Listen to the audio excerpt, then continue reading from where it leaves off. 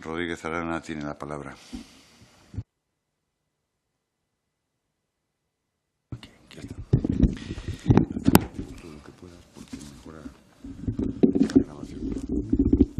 O me acerco yo a esto. Es que es incómodo. Me parece tan delicado. Los diputados, Aguanta. Muy buenas tardes, señor presidente de la comisión, señoras y señores diputados. Muchas gracias, en primer lugar, a la comisión por invitarme a participar en esta sesión acerca de la modernización y la evaluación del Estado autonómico, que es, si no me equivoco, la rúbrica que tiene, el título que tiene esta comisión. Para quien les habla, profesor de Derecho Administrativo, que justamente este año cumple 25 de acceso a la cátedra universitaria, ningún regalo mejor que tener la oportunidad de compartir con un auditorio tan calificado algunas reflexiones, algunas ideas, algunos comentarios sobre el Estado autonómico, sobre algunas perspectivas que, después de años de estudio y reflexión, y también después de años de ejercicio práctico de la Administración, porque en mi caso concreto, además de impartir la lección de Derecho Administrativo en la universidad, pues he tenido la fortuna y el privilegio de trabajar en la Administración autonómica de Canarias y de Galicia, y he tenido también la fortuna de trabajar en la Administración del Estado. Y claro, un profesor, cuando ha tenido esa perspectiva, sus modulaciones, sus comentarios, sus reflexiones, están transidas también de la realidad. Máximo Severo Giannini nos dice a los administrativistas que tenemos que ser conscientes de que el derecho administrativo hunde sus raíces en la realidad. Y yo eso lo he tenido muy presente siempre en mis investigaciones y mis estudios, y creo que es un observatorio muy bueno para comprender estos fenómenos complejos y plurales. También quiero señalar en esta introducción que soy consciente de que, como también han dicho ilustres maestros del derecho público, el derecho administrativo es el derecho constitucional concretado. Y que, por lo tanto, nosotros tenemos que tener la mirada firme en la Constitución y tenemos que ser conscientes de que los principios, vectores y parámetros constitucionales deben iluminar la construcción de las técnicas jurídico-administrativas para que éstas respondan precisamente a esa norma de las normas de las que trae causa todas las instituciones del derecho. El título de la comisión no es baladí, es modernización y evaluación. Y, por lo tanto, lo que he pensado es sobre un modelo que tiene casi 40 años. Y también he pensado acerca de los resultados de ese modelo. Ponerlo al día, modernizarlo y, lógicamente, analizar los resultados que ha producido desde la perspectiva jurídico-administrativa o del derecho público, que es la que a mí me corresponde y la que a mí me toca.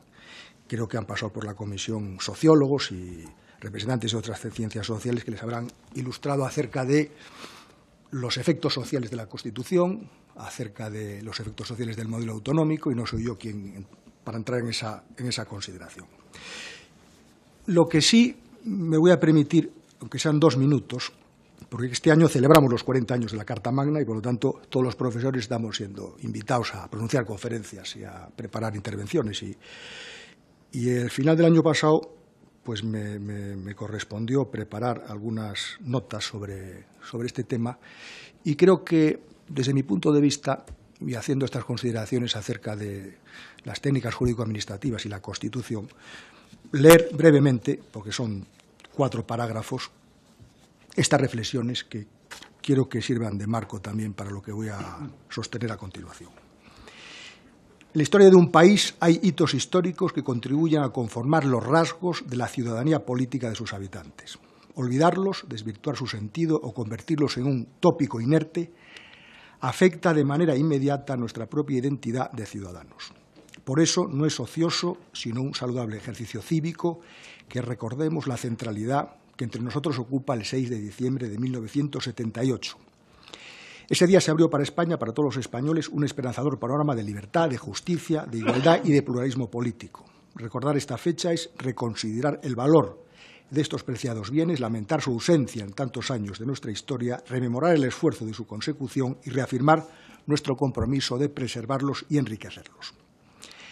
Ahora, desde las coordenadas sobre las que yo trabajo en mi materia, que siempre las planteo como el pensamiento abierto, el pensamiento plural, el pensamiento dinámico, el pensamiento complementario, creo que se puede entender mejor el sentido y la operatividad de este gran hito de nuestra historia, que es la Constitución del 78, un gran ejercicio de acuerdo, magnanimidad, generosidad, pensando la convivencia pacífica y armoniosa de los españoles y en un camino abierto para el libre y solidario desarrollo de los derechos fundamentales de todos nuestros compatriotas. El espíritu de consenso, es sabido, se puso particularmente de manifiesto en la elaboración de nuestro acuerdo constitucional y me imagino que los ponentes que quedan vivos de la Constitución glosarían extensamente toda esta cuestión.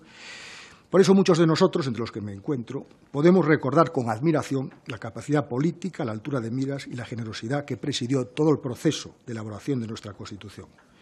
Una vez más se cumplió la máxima de Dahlmann. En todas las empresas humanas, si existe un acuerdo respecto a su fin, la posibilidad de realizarlas es cosa secundaria. Hoy, gracias al tesón y al esfuerzo de aquellos españoles que hicieron posible la Constitución del 78, casi 40 años después, la consolidación de las libertades y el compromiso con los derechos humanos son una inequívoca realidad entre nosotros. ¿Cuál es la herencia entregada en aquel momento constituyente? ¿Cuál es el legado constitucional para la materia que aquí vamos a tratar? Muy sencillo. Un amplio espacio de acuerdo, consenso, superación de posiciones encontradas, búsqueda de soluciones, tolerancia, apertura a la realidad, capacidad real para el diálogo, que hoy como ayer siguen fundando nuestra convivencia democrática. Ese espíritu al que me refiero, de pacto, de acuerdo, de diálogo, de búsqueda de soluciones a los problemas reales, aparece cuando de verdad se piensa en los problemas de los ciudadanos, cuando detrás de las decisiones que hayan de adoptarse aparecen las necesidades, los anhelos y las aspiraciones legítimas de los ciudadanos. Por eso, cuando las personas son la referencia para la solución de los problemas, entonces se dan las condiciones que hicieron posible la Constitución de 1978. Mentalidad dialogante, atención al contexto, pensamiento compatible y reflexivo, búsqueda continua de puntos de confluencia y capacidad de conciliar y de escuchar a los demás. Y lo que es más importante, la generosidad para superar las posiciones divergentes y la disposición para comenzar a trabajar juntos por la justicia, la libertad y la seguridad desde un marco de respeto a todas las ideas. Cuando se trabaja teniendo presente la magnitud de la empresa y desde la tolerancia, cobra especial relieve el proverbio portugués que reza: el valor crea vencedores y la concordia crea invencibles. Y como es sabido, en el tercer inciso del preámbulo de la Constitución se plantea la cuestión de los derechos humanos y el reconocimiento de la identidad política y cultural de los pueblos de España, al señalar la necesidad de proteger a todos los españoles y pueblos de España en el ejercicio de sus derechos humanos, sus culturas, tradiciones, lenguas e instituciones. Y creo que el preámbulo de la Constitución debe estar siempre en el frontispicio y debe estar siempre delante de las consideraciones que los juristas tenemos que hacer para intentar encontrar la solución a las técnicas que el ordenamiento nos permite plantear para resolver los problemas. Este principio general expresado en el preámbulo se ve traducido en el artículo 2 de la Constitución y, como saben ustedes muy bien, y se habrá glosado en esta comisión por activa, pasiva y perifrástica, diseña los 4 principios básicos y elementales sobre los que pivota y sobre los que bascula el edificio constitucional en lo que se refiere al modelo autonómico, que son unidad, autonomía, solidaridad e integración. Y cuando estamos situados en ese contexto de unidad, autonomía, solidaridad e integración, es que podemos entender el sentido que tiene el modelo constitucional. Y si le aplicamos el pensamiento complementario, pues nos daremos cuenta que efectivamente cuando se han dado estas 4 condiciones, por ejemplo, los pactos que se hicieron en los años 90, los pactos autonómicos, ciertamente el modelo siguió su lógica y se pudo desarrollar razonablemente. Yo soy de La Coruña, bueno, soy del Ferrol, pero soy gallego, y los gallegos tenemos una manera muy particular de acercarnos al conocimiento, que son las preguntas. Y nos gusta hacernos preguntas, porque con las preguntas, pues normalmente podemos irnos aproximando, acercando a una realidad que todos, o una verdad que todos buscamos y que me parece que ayudan a señalar algunas ideas en esta materia. Antes, sin embargo, quiero hacer tres consideraciones también muy generales, porque creo que son pertinentes para comprender el alcance que pueda tener lo que pueda compartirles en esta tarde. Les decía antes que yo trabajo desde la perspectiva del pensamiento abierto, plural, dinámico y complementario. Pensamiento abierto porque estoy convencido, y para la ciencia jurídica y para el derecho público especialmente, que cuando somos capaces los profesores de liberarnos de los prejuicios, de los preconceptos, de los clichés, de los estereotipos que nos atenazan y que nos impiden ver la realidad tal cual es, estamos en mejores condiciones de, primero, explicarle a los alumnos las categorías, las instituciones y los conceptos, y luego también de investigar más a fondo. Porque cuando partimos de modelos ideológicamente cerrados, que se aplican mecánica y totalitariamente sobre la realidad sin contraste con la misma, pues seguramente esas categorías que se puedan construir, esos conceptos, son difícilmente encasillables en la realidad concreta. Y eso hemos visto en la historia de la humanidad, pues muchas experiencias, que tampoco hace falta recordar en este momento. Pensamiento plural, ¿por qué? Porque no hay una única solución a los problemas.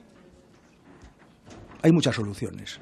Hay que argumentarlas, hay que hacer un ejercicio de racionalidad, y no es baladí tampoco que la Constitución española, cuando se refiere a la administración pública, en el artículo 103 habla de servicio y habla de objetividad.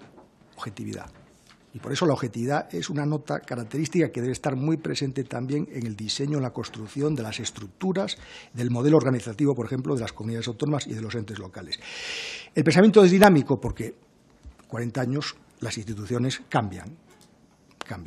Yo acostumbro a decir en la clase, y lo pongo de manifiesto en mis investigaciones, que, claro, las categorías, conceptos, instituciones del derecho administrativo han cambiado muchísimo, pero hay un elemento común, que es el interés general, que es el que explica el sentido que tiene el derecho público. Y también creo que el modelo autonómico, que, en fin, se ha definido de muchas fórmulas. Hay una que no es muy científica, pero que a mí me gusta mucho, que es aquella que dice que es un modelo made in Spain, o que es un modelo que es un traje a la medida. Claro, evidentemente, esa persona que se ha dejado tomar las medidas en el año 78, cuando se las toma en el año 2018, pues es distinta. Y ese traje pues habrá que adaptarlo a la realidad. Pero ese traje va a tener unas características que me parece que deben de presidir la elaboración que se puede hacer en ese momento y que están en el artículo 2: unidad, autonomía, solidaridad, integración, por este orden, que es como lo establece la Constitución. El modelo autonómico no es un fin en sí mismo, es un medio. Esto forma parte también de una convicción intelectual acerca de lo que son las categorías políticas y jurídico-administrativas. No se agota sobre sí mismo. Es un modelo que tiene que estar conectado con dos preceptos de la Constitución que para mí son también centrales y basilares. El artículo 9.2, la cláusula de transformación del Estado social y democrático de derecho. Los poderes públicos deben proveer las condiciones para que la igualdad y la libertad sea real y efectiva y puedan remover los obstáculos que impidan su cumplimiento. Y este modelo tiene que hacer real, o tiene que buscar que los ciudadanos se puedan realizar en libertad solidaria de la mejor forma posible. Las estructuras se justifican en función de los derechos de las personas.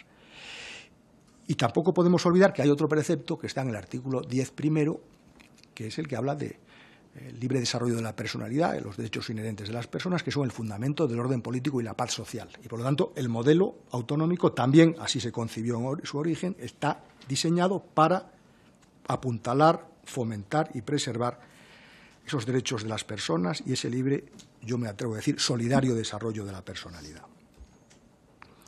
Bueno, ¿cuáles son estas preguntas? Que yo voy a intentar, al hilo de las preguntas, hacer algunas consideraciones.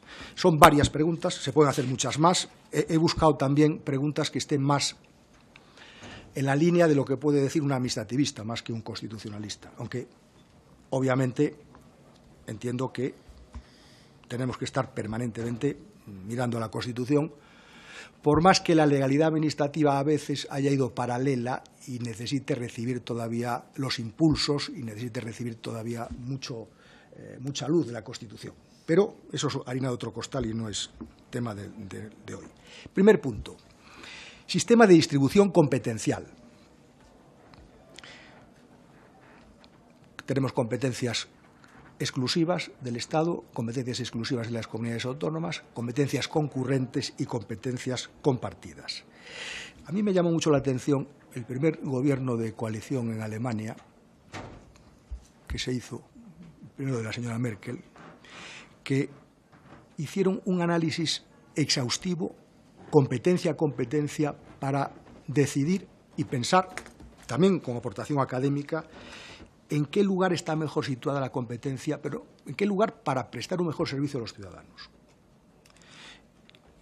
Intentar, en el modelo español, que solamente haya competencias exclusivas del Estado y competencias exclusivas de las comunidades autónomas es harto difícil. Es harto difícil desde mi modesto punto de vista porque creo que la argamasa y el cemento que da sentido al edificio constitucional, en el modelo autonómico especialmente, es lo que he leído. Me he permitido leer de estos preámbulos para mis conferencias de este año de la Constitución, que es la capacidad de entendimiento, la capacidad de acuerdo, la capacidad de diálogo. Cuando esto funciona, el modelo va porque esta es la argamasa y el cemento que lo sustenta. Ese análisis de competencias, yo lo hice, con un grupo de colaboradores en los años 90, luego hablaré de esto, cuando trabajaba en la Escuela Gallega de Administración Pública, que tuve el honor de ser el fundador y el primer director en 1990, ahí hicimos un trabajo sobre lo que entonces se llamaba Administración Única. No sé si esto le suena a ustedes, ya puede ser una cosa muy antigua, ¿no? Pero es de los años 90. Administración Única, común, sincronizada, integrada, en fin, un modelo que se planteó y que partía, en primer lugar, de un análisis competencia a competencia de todos los supuestos del 149 y el 148 para ver en qué lugar realmente, con análisis no solamente jurídico-administrativos, sino sociológicos, económicos, a ver en qué lugar podría estar mejor situada. Sin prejuicios, porque yo creo que no se trata ni de recentralizar competencias ni de, sin ninguna razón, pasarlas todas a las comunidades autónomas. Hago un paréntesis. Cuando estamos hablando del pensamiento complementario, que antes no lo señalé, claro, en el tema territorial conviene no perder de vista de que el protagonista básico no es la comunidad autónoma, o solo la comunidad autónoma, que hay otro nivel que se llama entes locales, la dimensión local. Y este es un tema que los que trabajamos desde el pensamiento equilibrado nos parece que tiene que tener una importancia creciente y sobre todo pensar que, claro, los alemanes sí que hicieron una distribución de competencias entre los tres niveles de gobierno. Y, bueno, si queremos realmente que el sistema resume dimensión territorial, también tenemos que hacer un esfuerzo, no solamente, que ya lo hizo el Tribunal Constitucional en sus primeras sentencias, para que quienes pensaban que la autonomía local era una autonomía administrativa, decir, no, es una autonomía política. También es necesario que efectivamente se tenga presente y se convoque a la dimensión territorial local en este ejercicio de distribución de competencias. ¿Por qué? Porque el concepto de interés general es un concepto ciertamente muy difícil de aprender, es un concepto muy difícil de definir, es un concepto muy difícil de comprender. Quizá no comprender lo comprendemos todos y sabemos todos lo que es, pero a la hora de que hay que hacer una definición del interés general es muy complicado. Y entonces la doctrina se ha permitido decir que es un concepto que tiene que ser siempre concreto, que siempre tiene que estar motivado y argumentado, que tiene que ser vinculado inescindiblemente a la promoción de los derechos fundamentales de la persona y que tiene que ser participado. Y yo me permito añadir otra nota, y que tiene dimensión compleja territorial, porque ¿dónde está escrito que el interés general lo defienda o pueda defenderlo únicamente el Estado? Nación, la administración del Estado, o la administración autonómica. Puede haber intereses generales con una dimensión local, intereses generales con una dimensión autonómica, intereses generales con una dimensión nacional. Y, por lo tanto, creo que este es un elemento que no se puede perder de vista a la hora de este análisis, que yo creo que es un análisis que es conveniente realizarlo 40 años después, y que supone ir viendo materia a materia todas estas competencias y también tener en cuenta que efectivamente en el derecho comparado, quizá les han hablado de esto también en estos días y yo no quiero ser reiterativo, pero hay muchas técnicas en lo que se refiere a los ejercicios de compartición de espacios territoriales que pueden ser útiles.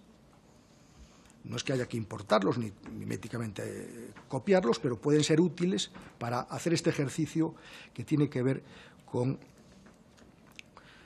la distribución territorial. Segunda pregunta. El Senado, no voy a hablar mucho porque sé que he visto en la prensa que ha salido con profusión esta materia, pero tuve el honor también en el año 1995 de que el presidente Laborda me convocara con otros profesores a la comisión que él presidió sobre expertos para la reforma del Senado. Y recuerdo que ya en aquel momento se plantearon muchas cuestiones que ahora se vuelven a plantear con el paso del tiempo y que tiene que ver con que si el Senado debe ser Cámara de primera lectura en asuntos territoriales, si el Senado debe pronunciarse también sobre reglamentos de naturaleza territorial. Yo incidí en aquel entonces y también quisiera ahora plantear una cuestión sobre la dimensión territorial equilibrada, con esas autónomas y entes locales. Hay algunos autores que han señalado que en España, en la Constitución del 68, de 1868, hubo ya un intento, aunque indirecto. Yo, con poca suerte, porque estos son asuntos que en general no son muy seguidos, pero sigo con esta materia porque, dale que te pego, porque creo que los franceses llaman al Senado la Cámara local. Tampoco a lo mejor tiene que ser la Cámara local, pero tiene que tener una representación local, si queremos una perspectiva de equilibrio. Luego están los temas de la composición, que aquí también les habrán hablado con reiteración. Los temas de las funciones, los temas que afectan a la determinación del interés general territorial, que son muchísimos.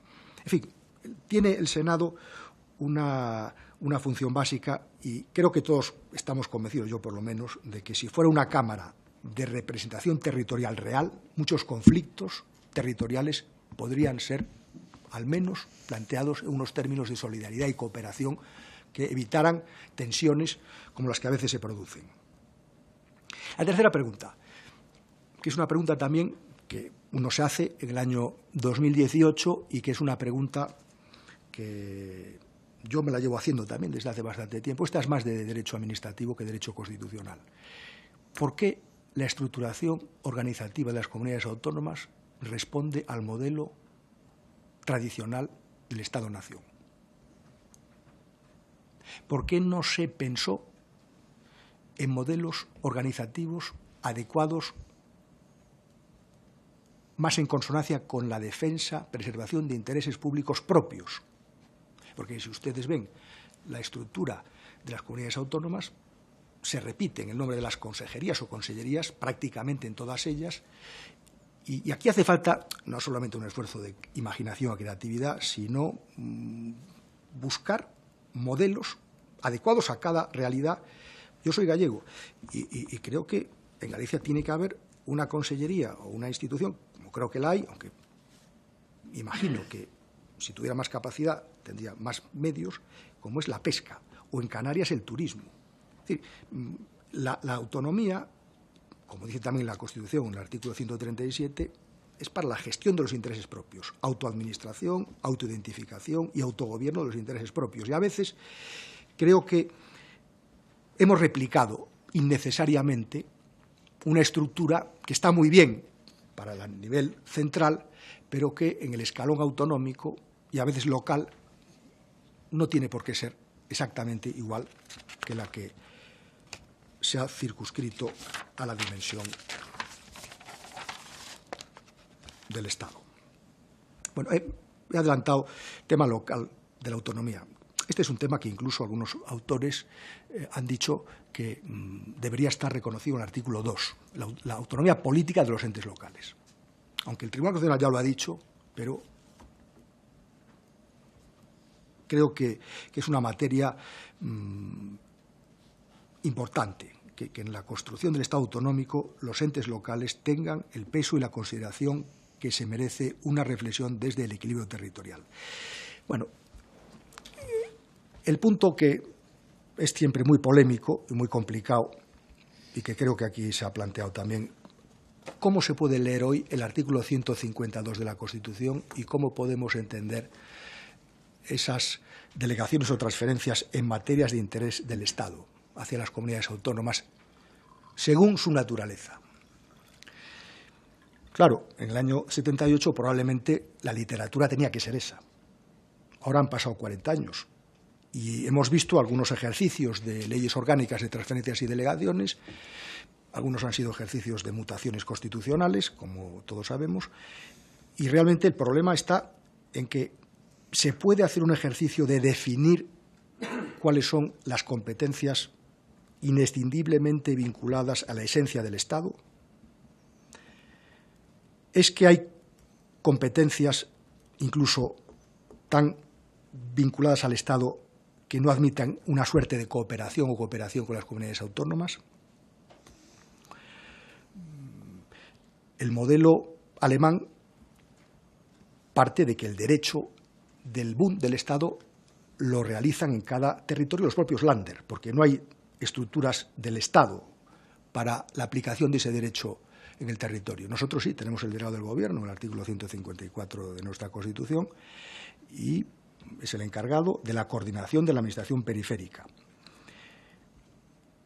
En esos años que les hablaba antes de la Administración única, integrada, sincronizada, común, como se le quiera llamar, porque tiene muchas denominaciones según distintos escenarios, se planteó este tema y se hizo un estudio jurídico acerca de las consecuencias de erigir a las comunidades autónomas en instancias de ejecución del derecho del Estado en el territorio. Es evidente que eso no estaba en consonancia con el modelo constitucional. Y a renglón seguido vino la reflexión, que a mí me parece muy interesante, de lo que son las funciones en el siglo XXI del Estado, de las comunidades autónomas y de los entes locales. Porque yo aprendí cuando dirigí el Instituto Nacional de Administración Pública que en la formación de los funcionarios del Estado, lo que son las líneas estructurales de la solidaridad, las políticas de solidaridad, las políticas de igualdad, son elementos muy importantes en la planificación estratégica y que, en alguna medida, esas bases, que tienen que ser claras, luego podrán ser ejecutadas en los escalones territoriales correspondientes. Claro, esto tiene unas consecuencias muy básicas y muy elementales sobre lo que es la formación de los funcionarios, pero también nos permite pensar en el año 2018 sobre cuáles son las funciones del Estado, cuáles son las funciones de las comunidades autónomas y cuáles son las funciones de los entes locales.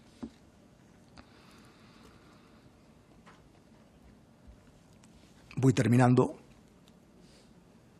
El tema de la provincia, el espacio provincial, que aquí también ha salido.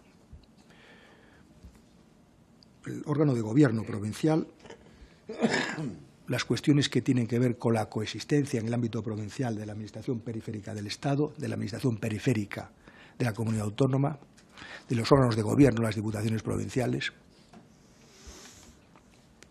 Tenemos sobre la provincia una densidad administrativa considerable. Quienes conocen las diputaciones provinciales saben que es raro no encontrar un funcionario de estas corporaciones que conozca la realidad provincial palmo a palmo y que sabe perfectamente todo el territorio, según la materia que sea, en qué condiciones se encuentra. Evidentemente, la administración, el modelo que tenemos de administración en la Constitución está dirigido por los principios de objetividad, servicio, interés general, desconcentración, descentralización, competencia, jerarquía, etc. Y nuestro estatuto, me refiero al de Galicia, de autonomía, tiene una disposición que yo creo que nunca se le ha sacado el partido que tiene, y es que la administración periférica de la comunidad autónoma podría, a través de las diputaciones, realizar muchas de sus funciones. Es decir, que tenemos que hacer un esfuerzo de simplificación administrativa en general para que, efectivamente, esas políticas públicas provinciales se puedan realizar de la mejor forma posible. Ese modelo de administración única, en el que yo participé colaborando con el presidente de la Xunta entonces, el profesor Manuel Fraga, recuerdo que tenía dos dimensiones. Una dimensión Estado-comunidad autónoma, pero una dimensión comunidad autónoma ente local. no se quedaba el ejercicio de sincronización o de integración de materias y competencias desde el Estado a la comunidad autónoma, sino que, obviamente, el espacio político más cercano a la ciudadanía, que son los entes locales, pues son los que tienen que tener la carga administrativa más en consonancia con lo que son la realización en el entorno más cercano de las libertades y los derechos. ¿Y eso qué quiere decir? Pues que efectivamente, como ha planteado la ley de racionalización de la administración local, que los entes locales tienen que tener los medios y las capacidades necesarias para poder proceder a tener esa capacidad jurídica. Y es verdad, yo creo bastante en la simplificación administrativa, sé que es muy difícil, he estado en un ministerio con este tema y sé que es muy difícil, que hay muchas resistencias, pero también soy un convencido, y por eso empecé como empecé en esta comparecencia, de que los modelos políticos y administrativos tienen sentido en la medida que realmente hacen posible el libre y solidario desarrollo de los ciudadanos. Por lo tanto, en el ámbito provincial creo que es menester también hacer un estudio a fondo de las competencias que realizan las administraciones periféricas para que no haya solapamientos, no haya duplicidades, no haya triplicidades, que esto al final lo que hace es encarecer el modelo administrativo y dificultar a los ciudadanos que puedan relacionarse de la mejor forma con la administración. En fin, y ya paso de puntillas por la financiación, aunque debería de dedicarle otra media hora, pero no lo voy a hacer, No lo voy a hacer, porque además esta hora es muy difícil. Yo sé que estaba comentando con el presidente antes de las clases que uno ha recibido, que tiene que dar a las 4 de la tarde, y recordábamos de un profesor, que no voy a citar su nombre, pero que muy conocido, pero que los alumnos guardábamos de sus clases unos monigotes que eran así, ¿no? Empezabas a escribir y luego se caía, luego porque uno pues se duerme, ¿no? O cabeceaba, pero y ahí quedado reflejado. Y además es unánime, todos lo tenemos.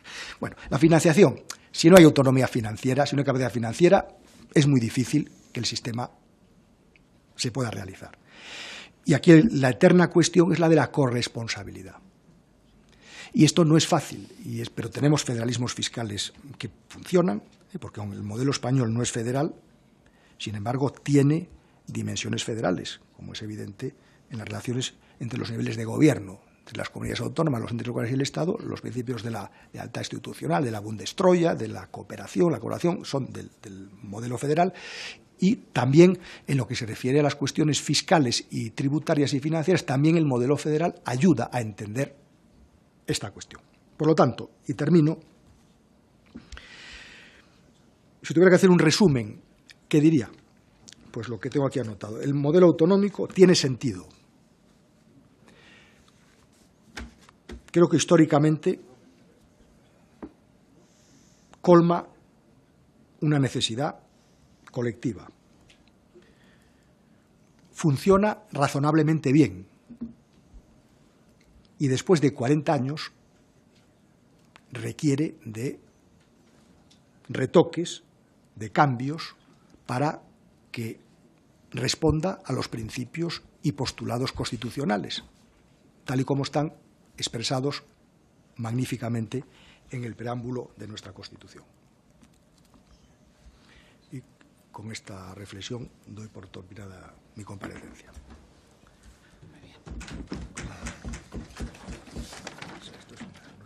Muchas gracias, profesor Rodríguez Arana. A continuación intervienen los representantes de los grupos. En primer lugar, en nombre del Grupo Parlamentario Socialista, tiene la palabra la señora Cancela. Muchísimas gracias, presidente. En primer lugar, agradecerle la comparecencia. Se nota, ¿no? Yo, como soy gallega, voy a hacerle preguntas también, aunque supongo que los representantes de los otros grupos que no son gallegos o gallegas también le harán preguntas. En todo caso, agradecerle su comparecencia hoy aquí y, sobre todo, darle la enhorabuena una vez más por esos 25 años de cátedra. Muchísimas gracias. Bien, creo que, empezando por su reflexión final, la valoración que hace usted de la descentralización del modelo de Estado autonómico dice que es una valoración razonablemente positiva. pero también ha reconocido que el hecho de que hayan pasado 40 años pues significa que las situaciones que se producían en aquel momento pues necesitan algún ajuste o por lo menos necesita una actualización. He leído algunas de las cuestiones que usted ha publicado, uno muy recientemente que además titula Modelo autonómico, y en esa reflexión dice usted que el modelo autonómico necesita una actualización que seguramente requería el haberlo hecho ya hace tiempo. Y habla usted de dos supuestos. Uno, cuando se habla de la administración común o la administración ordinaria, y hace una crítica donde dice que la adecuación de la planta administrativa, por llamarle de alguna manera, o institucional, de la estructura de las comunidades autónomas al modelo del Estado autonómico, al modelo del Estado, ha sido prácticamente una réplica, que muchas veces incluso se han duplicado o se han replicado modelos de órganos consultivos o órganos de fiscalización. Y, por otro lado, también habla de la racionalización del sistema autonómico, donde hubo esa imitación institucional, donde muchas veces esa réplica no ha sido eficaz ni tampoco ha sido racional. Por lo tanto, creo que coincidimos en esa necesaria adecuación y siempre utiliza usted un concepto, y es que ese modelo autonómico debe ser un modelo propio, que no tiene que imitar precisamente al modelo estatal, y además habla siempre del interés general, en beneficio siempre de los intereses de los ciudadanos, que es para lo que debe existir toda administración. Por lo tanto, esos supuestos de duplicidad o incluso de triplicidad de competencias y de órganos lo que hace es aumentar el gasto público y a veces no repercute tampoco necesariamente en la eficacia en la prestación de los servicios. Por lo tanto, usted habla de que la única solución a esta situación es que se busquen vías de salida, pero a través siempre del pacto. La imposición unilateral, evidentemente, de un Estado democrático como el nuestro no es de recibo, pero entonces ahora toca hacer una serie de preguntas. La verdad es que es complicado porque ha hecho usted un análisis bastante pormenorizado de los distintos entes territoriales que en este caso conforman nuestro modelo de Estado, pero creo que voy a hacer un esfuerzo. La primera pregunta sería, ¿cómo abordamos entonces ese esfuerzo de clarificación competencial? Si las LOAPAs han sido desautorizadas por el propio Tribunal Constitucional, ¿cómo lo hacemos entonces si no es revisando el propio texto constitucional? Yo creo que, o pensamos, que la revisión competencial debe ser del texto constitucional, porque además usted ha mencionado que el artículo 2 debería incluir también los entes locales en cuanto a entes de autonomía. Y, por otro lado, no es complementario a lo anterior, no es mejor revisar 17, o es mejor revisar 17 estatutos de autonomía que una actualización constitucional. Es más fácil acordar en 17 territorios individualmente que hacer un acuerdo, en todo caso, de modificación de la Constitución aquí en el seno de las Cortes Generales. Pregunto, ¿no? Hace usted también una reflexión y decía que, aprovechando precisamente que ahora estamos en un momento de crisis, que es un buen momento para ajustar el modelo competencial. Y a mí me gustaría darle la vuelta a la pregunta. ¿No cree usted que, en todo caso, el modelo de distribución competencial debería servir precisamente para afrontar los momentos de crisis, para que la ciudadanía no viera menoscabado sus intereses o sus derechos independientemente del territorio donde esté, ¿no? Y ya, por último, si en el artículo 2 de la Constitución se incluye esa autonomía política de los entes locales, ¿tendrían sentido las delegaciones del Gobierno? ¿O qué papel deberían entonces tener las delegaciones del Gobierno? He entendido, por lo que usted ha manifestado, que las diputaciones provinciales, y ha citado explícitamente el caso de Galicia en su Estatuto de Autonomía, que prevé que incluso podrían desarrollar o tienen un amplio espectro de desarrollo de las posibles competencias de las diputaciones. ¿Cree usted que eso no debería formar parte también de ese modelo constitucional? Y, por supuesto, una referencia a la posible reforma del Senado para incluir en esa posible también reforma del texto constitucional. ¿Qué le merece, qué opinión le merece a usted y cómo habría que reforzar el Senado para representar realmente la Administración periférica territorial? Y nada, muchísimas gracias.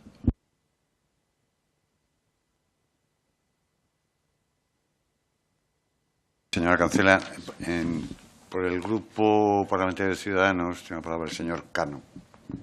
Muchas gracias, presidente. Gracias, señor Rodríguez Arana. Felicitarle también, me adhiero a la felicitación de sus 25 años como catedrático, que le habrán deparado sin duda una gran experiencia en materia por lo menos administrativa. Yo le quería preguntar algunas cosas relacionadas con la intervención de hoy y algunas cosas relacionadas con algunos artículos que tiene usted escrito. En cuanto a la intervención de hoy, ha hablado de que la Constitución en su día, del año 78, fue posible porque había consenso, tolerancia, acuerdo, pacto, diálogo, etcétera, ¿no? Yo quería preguntarle, empezando por preguntarle si entiende que esas condiciones se dan hoy en día, independientemente del modelo de reforma que llevemos, qué sistema y qué procedimiento, pero si se dan esas circunstancias iniciales que son necesarias para, o que lo fueron en su día, en el año 78, y que podría motivar una reforma hoy en día. Como ha dicho la compañera del Partido Socialista, usted lleva abocando o reivindicando esa modificación desde hace tiempo, ¿no? Lo que pasa es que lo estamos tratando ahora y muchas veces nos centramos en el momento actual. También habla usted del derecho de los territorios y yo quería preguntarle si no habría que hacer también hincapié, por no decir más hincapié, en el derecho de las personas que ocupan los territorios, no solo de los territorios, porque la derivación o la gestión durante todo este tiempo del modelo autonómico quizás pudiera haber planteado algo que la propia Constitución prohíbe, que son discriminaciones entre personas que están asentadas en distintos territorios. Y en la propia Constitución usted sabe que dice que los estatutos de autonomía, las diferencias entre los estatutos jamás podrán implicar privilegios de carácter económico o social. El tema de competencias sí que me gustaría que lo desglosara un poco, si está a favor de un sistema de competencia exclusiva del Estado y el resto de comunidad autónoma, qué medida habría que modificar el artículo 148 y 149. Cuando ha hablado del interés general, ese interés general que lógicamente cualquier administración puede perseguir, tanto a nivel estatal como autonómico como local, yo le pregunto, por centrarnos en el momento de hoy en día, ¿usted cree que esta deriva que hay ahora mismo en Cataluña, con esa deriva se está persiguiendo el interés general de todo el país o se está persiguiendo un interés completamente diferente? Respecto al Senado, me gustaría que concretara un poquito más cuál sería su propuesta de reforma. Si convertirla en una primera cámara de legislativa en algunas materias, si la composición, si la elección, si tiene puede hacer alguna concreción.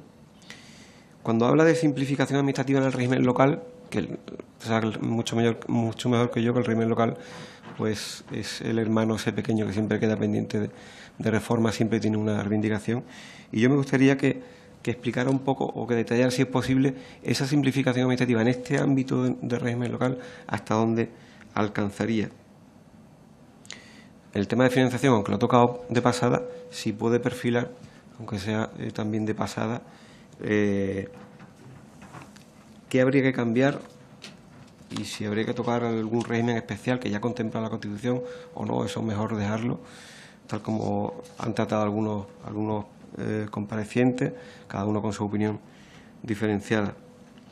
En cuanto a la forma de procedimiento de reforma de la Constitución, si se acometiera, algunos comparecientes también han dicho que en la mayor parte de los temas no haría falta ni siquiera tocar la Constitución. Con una ley orgánica o una ley ordinaria se podría acometer.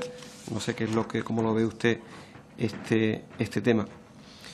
En su obra del modelo autonómico, su artículo, en un momento determinado dice que en aquellos años de finales del siglo pasado se habló y se escribió no poco acerca de la racionalización del sistema autonómico. Esta racionalización del sistema autonómico, ¿qué significa? Significa aumentar de competencia a las comunidades autónomas, todo lo contrario, recentralizar. No sé si esa racionalización es equilibrar un poco, en qué sentido iría ese equilibrio. Cuando ha hablado, que también lo ha hablado hoy aquí y lo comenta en su artículo, esa repetición de estructura de las comunidades autónomas, igual que el Estado, que yo entiendo que recibe su crítica. Lo que yo quiero preguntarle es si eso considera usted que ha sido una causa del fracaso, el eventual fracaso del modelo de gestión del Estado autonómico. Y ya voy terminando porque se me está poniendo la luz un poquito oscurita. La solución que propone en ese artículo que yo le comentaba, que decía que, oiga, comunidades autónomas no repitan el modelo del Estado, adopten un modelo propio, acorde con sus necesidades. ¿representaría ello un adelgazamiento de la estructura administrativa de la comunidad autónoma necesariamente? Porque eso iría casi en contra de cualquier presidente de comunidad autónoma que lo que quieren cada vez, evidentemente, son más competencias. Y ya voy a dejar el resto de las preguntas para no consumir el tiempo. Gracias. Gracias, señor Cano. Por el Grupo Mixto, y en concreto por Compromís, tiene la palabra el señor Baldoví. Moltes gràcies, señor presidente. Muchas gracias, señor Rodríguez Arana, por su intervención. Siempre aprendemos cosas en cada una de estas intervenciones. Es mi caso, y lo digo. Estoy muy contento de haber estado en esta comisión porque todos los días y de cada ponente aprendemos cosas. Ha dicho muchas cosas, a mí me han parecido de sentido común y con las cuales estoy perfectamente de acuerdo. Ha hablado usted de clarificación de competencias, porque además usted ha insistido mucho que usted era muy partidario de la simplificación administrativa.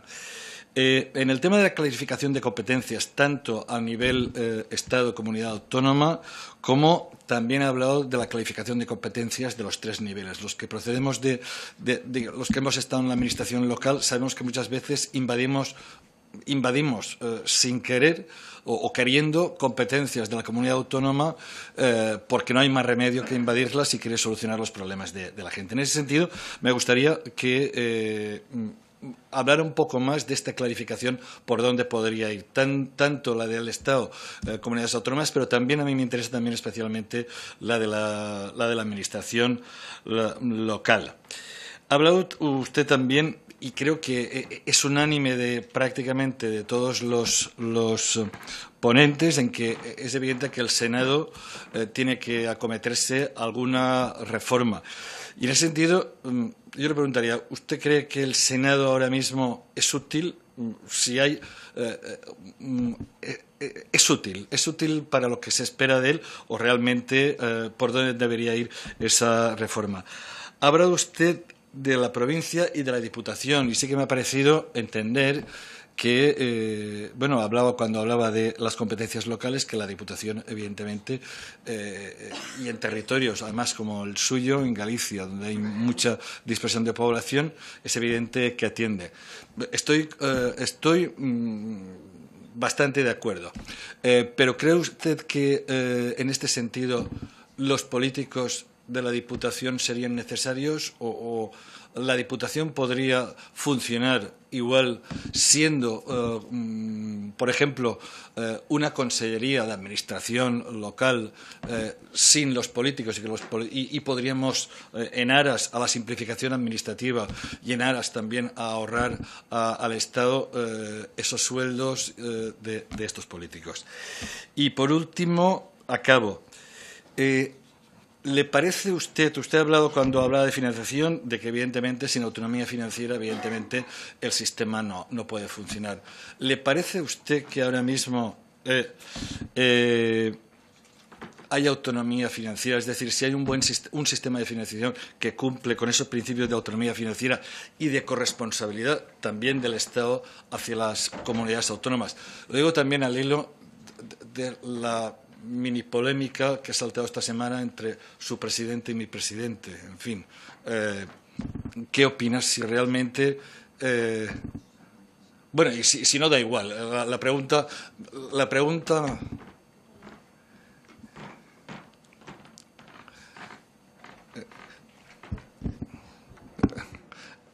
Es la misma. La pregunta, con o sin polémica entre presidentes, da igual. Simplemente si le parece que se cumple ese principio ahora mismo de autonomía financiera de las comunidades autónomas. Y por último, señalar, como han dicho todos, y ciñéndome al tiempo, como han señalado todos, que estoy de acuerdo con usted. Hay que hacer retoques, hay que hacer cambios.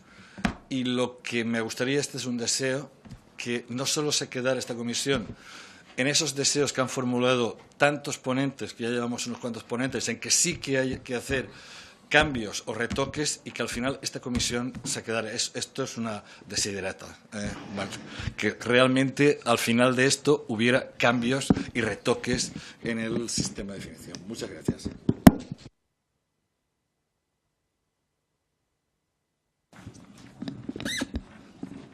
Señor Baldoví, esta es la cuarta sesión y yo calculo que tendremos como 4.000.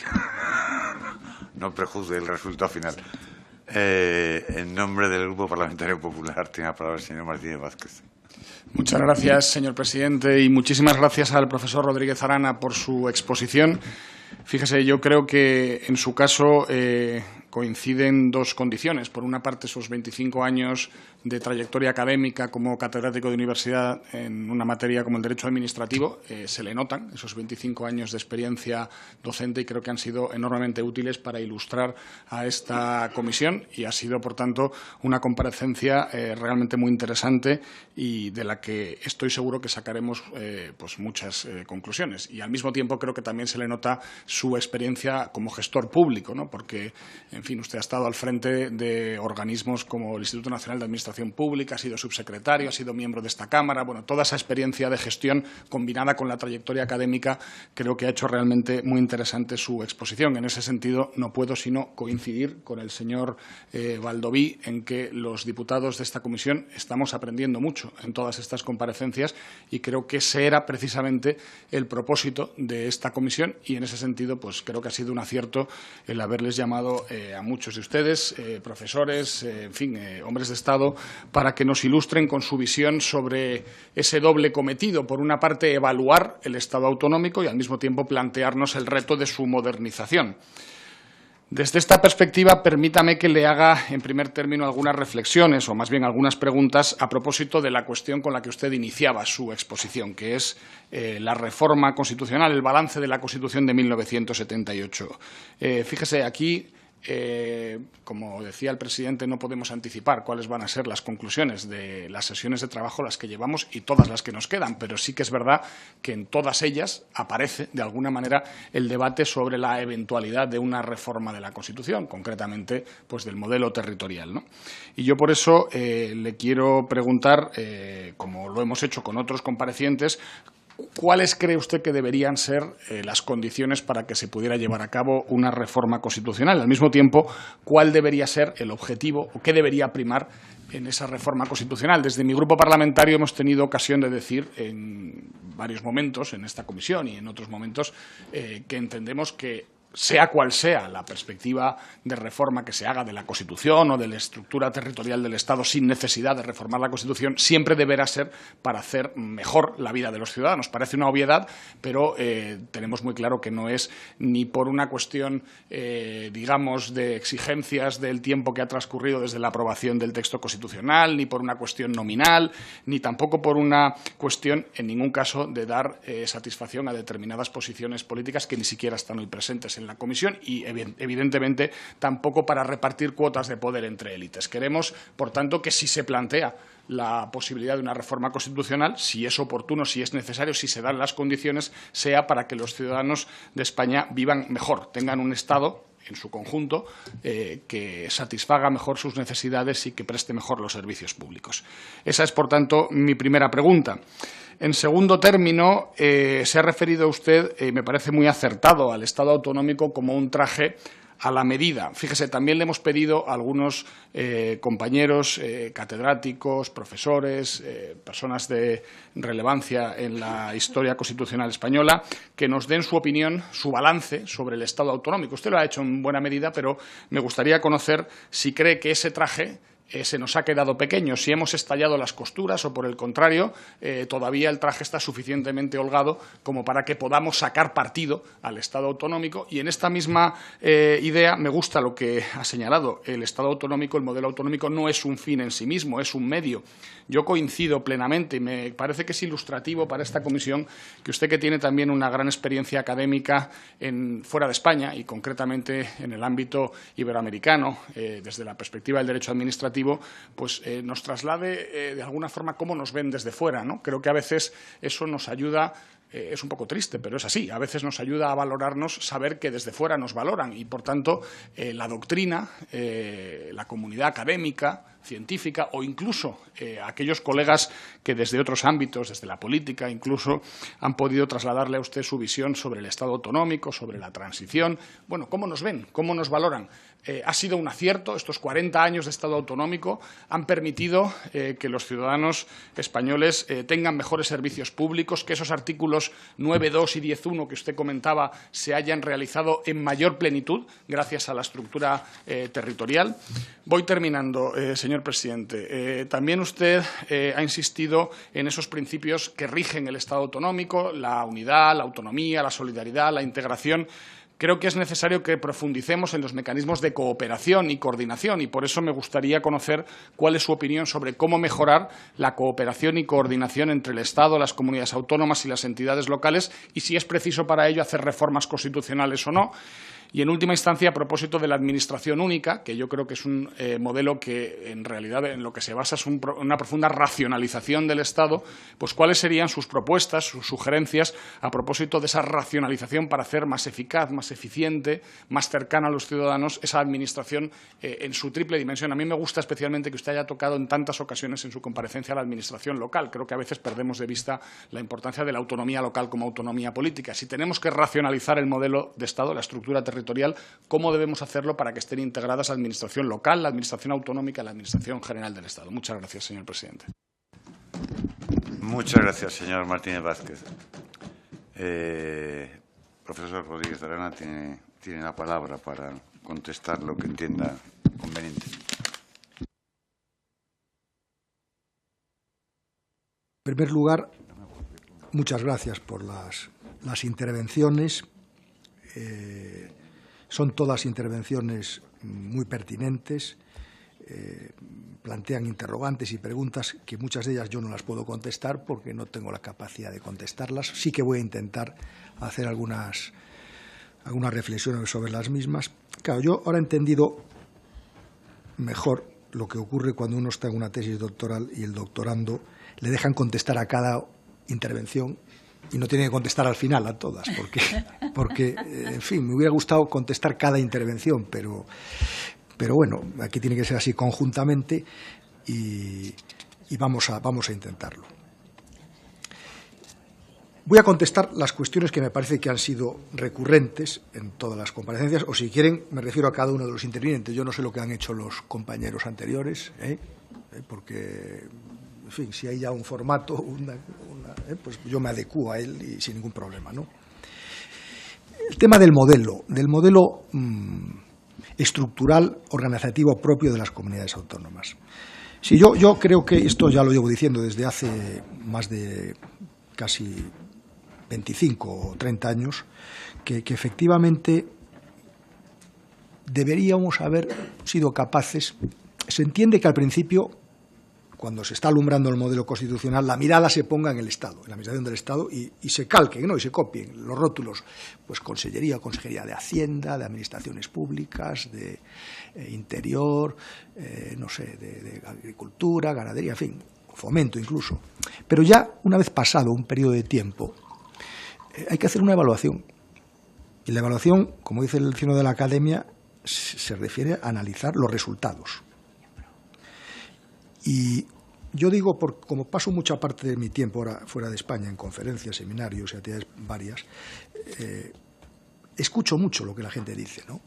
Y les llama la atención, como a mí me la llama, quizá no llame mucho aquí dentro, ¿no?, que el modelo organizativo siga siendo el mismo prácticamente que el de la Administración del Estado, cuando perfectamente, de acuerdo con las competencias de autoorganización que tienen las comunidades autónomas, se puede perfectamente, como digo, diseñar modelos organizativos distintos.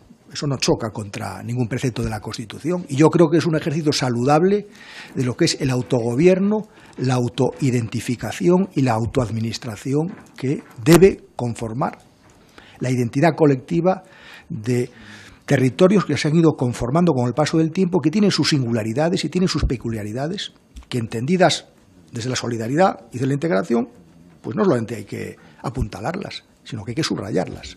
Ya Ortega y Gasset habló de que potenciar las partes es potenciar el conjunto, y potenciar el conjunto es potenciar las partes. Y por eso creo que ha faltado, Yo tengo algunos trabajos publicados hace tiempo, incluso proponiendo un diseño concreto para Galicia. No es el caso, me parece, aquí, ahora que perdamos el tiempo con ello, pero sí que apunto el hecho de que esto es posible, y creo que en algunos casos es deseable tener estos modelos propios de estructuración administrativa. La autonomía local, claro, la autonomía local es política. Yo sé que algunos compañeros míos todavía siguen manteniendo que es una autonomía administrativa. Yo lo lamento, pero creo que es política. La autonomía local es política, entre otras cosas porque representa intereses políticos. Y creo que la autonomía local, en el ámbito municipal y en el ámbito provincial. A mí me cuesta mucho entender que las diputaciones provinciales puedan estar dirigidas por funcionarios, porque el interés provincial necesita de órganos de rectoría y de gobierno, y que sobre esa materia tiene que tener una sensibilidad política, que el funcionario no tiene por qué tenerla.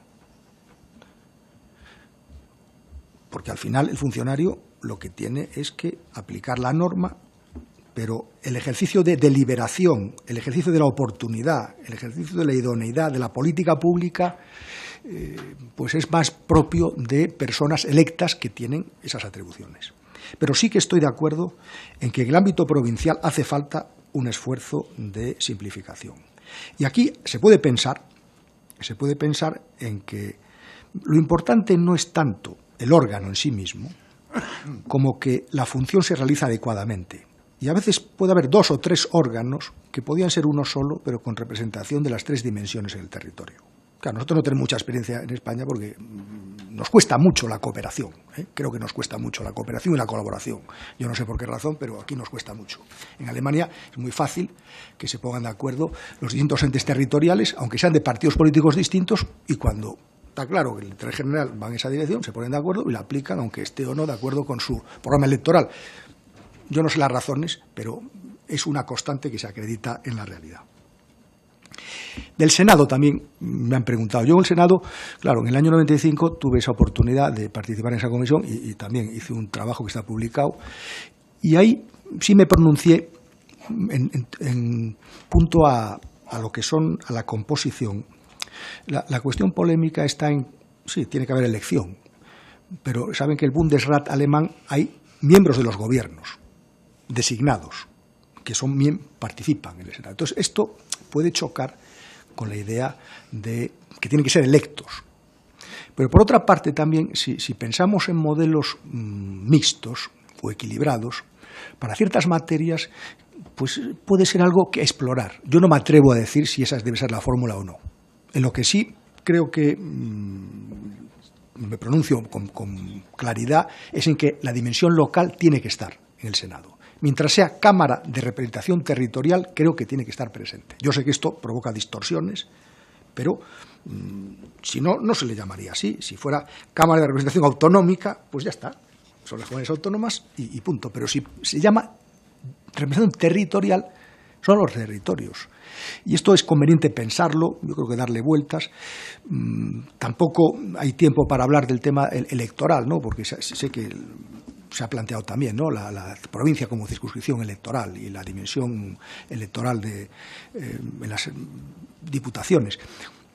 Sí creo que, y esto lo he dicho por escrito también desde hace años, que las diputaciones pueden ser elementos fundamentales en la ejecución de políticas públicas autonómicas para adelgazar la administración periférica provincial. Porque es que tenemos el Estado, las subdelegaciones del Gobierno, la administración periférica de la comunidad autónoma y tenemos las diputaciones provinciales. Entonces, hay muchas materias, y también con esto contesto otra pregunta sobre si deben ser exclusivas del Estado y exclusivas de las comunidades autónomas. No. Para mí, no. ¿Por qué? Porque el interés general, tal y como está diseñado en nuestra Constitución y tal y como intelectualmente yo lo concibo, tiene dimensión territorial. Y aunque hagamos un ejercicio intelectual de intentar hacer un precipitado químicamente puro de una materia, por ejemplo, urbanismo, o por ejemplo, ordenación del territorio, o turismo, la Constitución dice que es competencia del Estado y también de las comunidades autónomas, mejor dicho, de las comunidades autónomas, según los estatutos.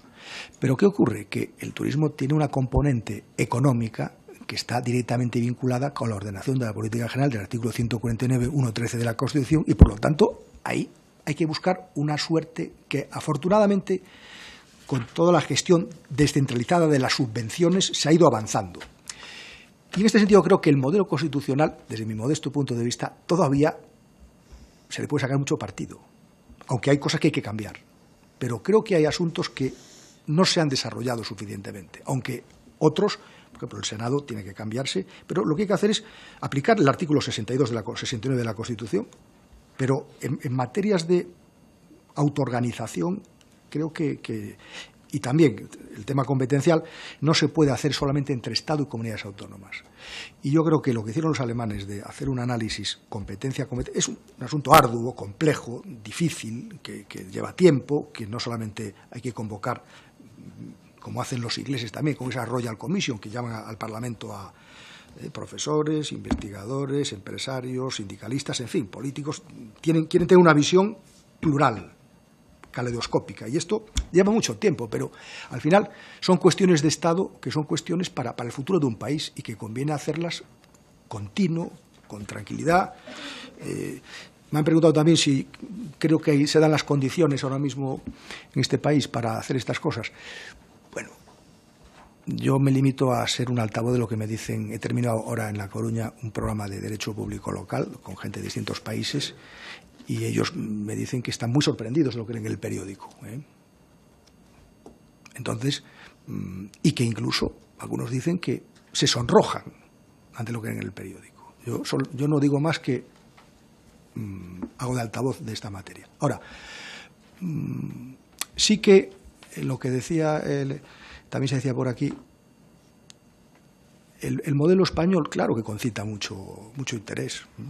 Yo mañana me voy a Panamá, a la Procuración de la Administración, a hablarles de Derecho Público Global, pero los estudiantes me han pedido que hable del modelo autonómico. Bueno, y siempre que he ido a estos países, he intervenido también ante cámaras parlamentarias, en Colombia sobre la descentralización política, ellos tienen el ojo puesto en el modelo autonómico, porque el federalismo tiene sus problemas, algunos problemas graves. Graves, me refiero que no hay ningún federalismo igual a otro.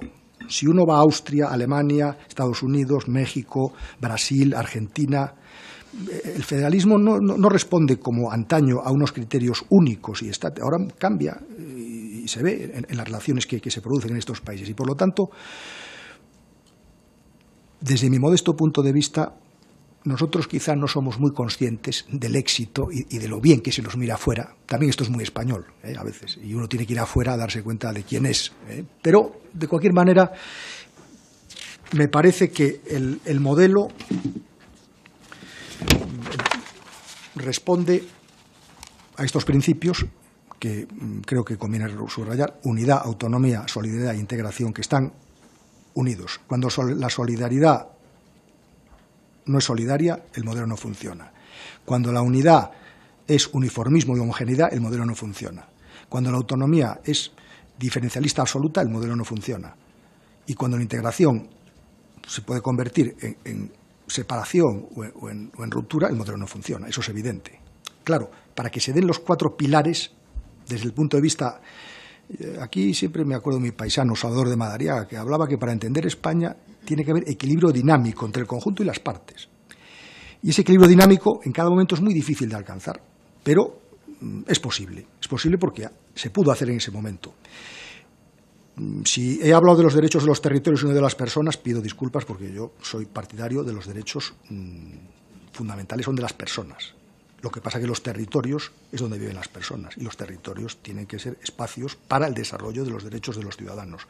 Y desde ese punto de vista, también yo soy gallego y vivo en Galicia, me encuentro muy a gusto de ser gallego y español, por supuesto, y por lo tanto esas singularidades y esas peculiaridades que conforman nuestra identidad colectiva son perfectamente complementarias y comunes con lo que es la pertenencia a un territorio que es un magnífico espacio de solidaridad que se llama España y que desde ahí, desde el Estado, desde el territorio general, desde el territorio autonómico y local, es desde el cual hay que proceder a esta operación. Simplificación, claro. Hace unos años había un eslogan cuando yo estaba en el INAP, que se hizo famoso, que habla una administración, era del vicepresidente aquel de Estados Unidos, Al Gore creo que era, una administración que cueste menos, más sencilla y que piense más en el ciudadano. Eso es lo que decía. Una administración que cueste menos, que piense más en el ciudadano y más sencilla. Bueno, la sencillez y simplicidad creo que es una propiedad de las organizaciones, no solamente de las políticas y públicas, sino de todas. ¿Por qué? Porque para realizar su tarea pues necesitan estar en las mejores condiciones de capacidad real, operativa. Y aquí tenemos que pensar sobre todos los niveles de gobierno, tal y como están estructurados con sus competencias, y sentarse y ver, bueno, vamos a ver, en esto que tiene la competencia de la Diputación Provincial, en esto que es la ejecución del derecho del Estado, qué es el desarrollo de la legislación básica, qué es la competencia de fomento, qué es la competencia de ordenación, de promoción, ir viendo uno a una en un ejercicio complicado, pero que yo creo que es necesario si queremos un sistema de distribución competencial que responda a la realidad. Y creo que,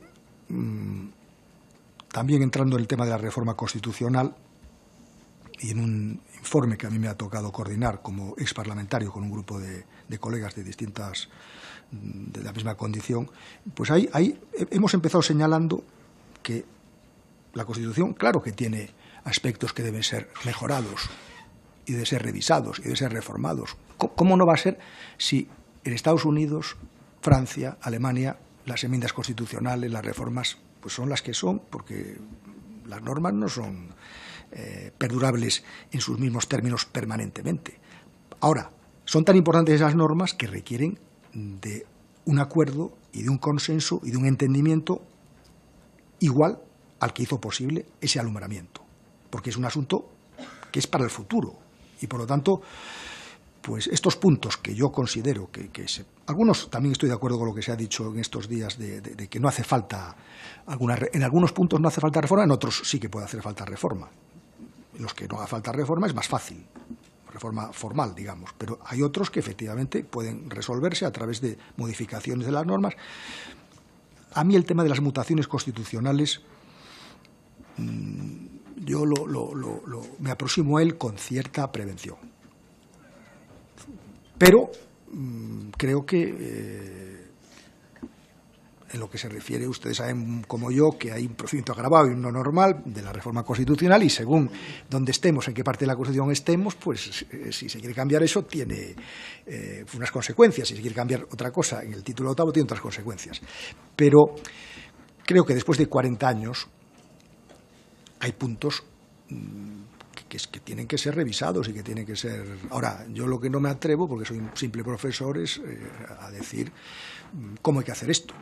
Simplemente apunto algunos aspectos que creo que son susceptibles de la reforma. Y como profesor de Derecho Público y lector de la Constitución, sí que señalo que efectivamente el grado de acuerdo y de entendimiento tiene que ser, por lo menos, el que hubo en la Constitución, porque, insisto, son normas que regulan la convivencia de los ciudadanos, los de poderes, las competencias, y que requieren de este tipo de mayorías.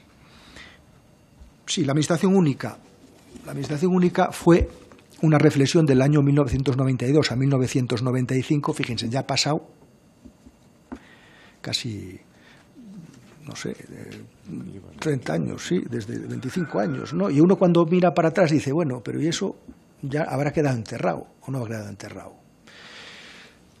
Creo que ahí había un modelo de administración desde la Constitución y que había un estudio o análisis del esqueleto, de la estructura y de la planta para simplificarla. Quizá ahora ya no sea el mismo reflexión, si hubiera que haberla hecho ahora, pero sí creo que los mimbres de la Constitución todavía permiten un desarrollo que en algunos puntos por alguna razón no se ha producido y que en otros sí que claramente reclaman pues una reforma. Muchas gracias. Muchas gracias, profesor Rodríguez Arana. En nombre del conjunto de la comisión le agradezco su dedicación y sus palabras. y suspendemos 5 minutos para despedir al compareciente y recibir a la profesora Iglesias, que está ya en la puerta. Encantado. Mucho gusto. Un placer, espero volver a verla. Claro que sí.